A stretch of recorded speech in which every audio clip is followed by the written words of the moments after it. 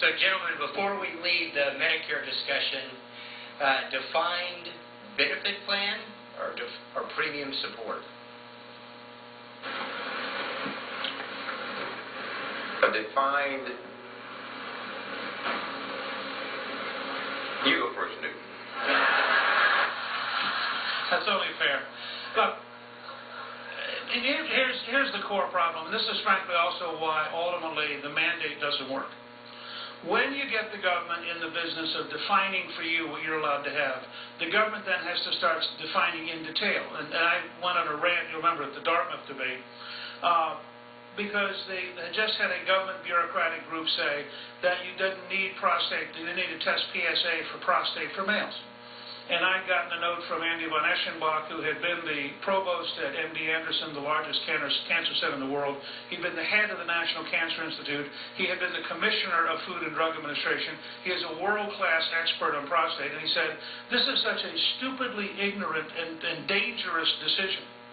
Because for about 10 or 12% of the people, of males who get prostate, it is a very aggressive, dangerous cancer and will kill them. He said if they had come back and said it's not a very good test and therefore we ought to have research to get to a better test that allows us more discrimination, that would have been rational. But he said to add insult to injury, the bureaucratic panel of the Obama administration that issued this proposal had nobody who was a urologist and nobody who was a cancer specialist.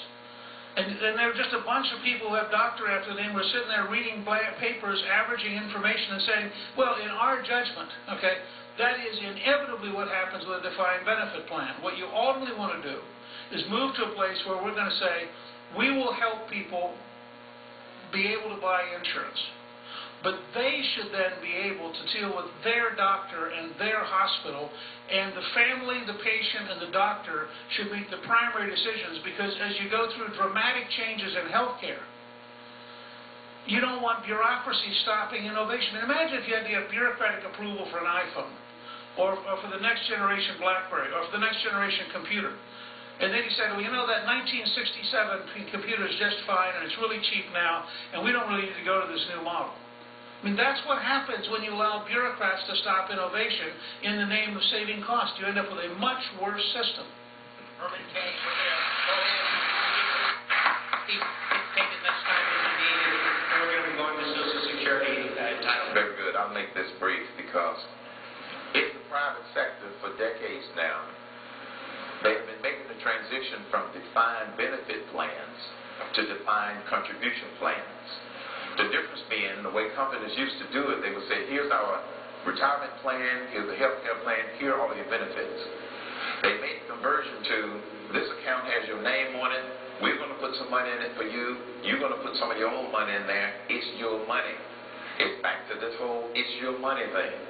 And so what the Ryan plan does with that feature of the Medicare account, where it will actually have an individual name on it, it's moving toward a defined contribution plan. And over time, everybody will have their account, because it gets down to ownership of those dollars will cause people to spend it more responsibly. That's the direction that I believe we have to move. And gentlemen, do you have any questions of each other on this subject before we move on? Yeah, I would just ask you one question, because it's something that you dealt with at Godfathers, and I was interested in what you said earlier. As you look at just the steady encroachment of government and the cost of government, what's the advice you give other CEOs as they try to plan survival in the modern economy when they're faced with the fact that Washington, and sometimes their state capital, like Sacramento, are so out of control? Because I think everybody would be interested as a CEO what your advice is to other CEOs and how they think about this.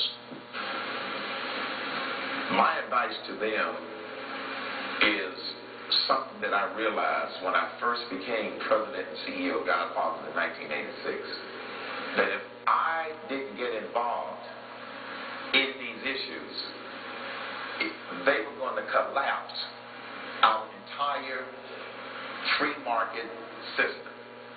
So my advice is quite simply to CEOs, don't play it safe. Get involved and be part of the solution.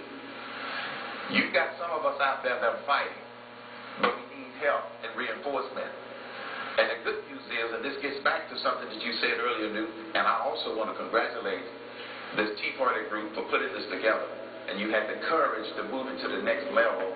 As Julie said, not just rallies, let's educate people, because better informed people is what's going to change this country. And that's what's going to change this country. You're becoming better informed.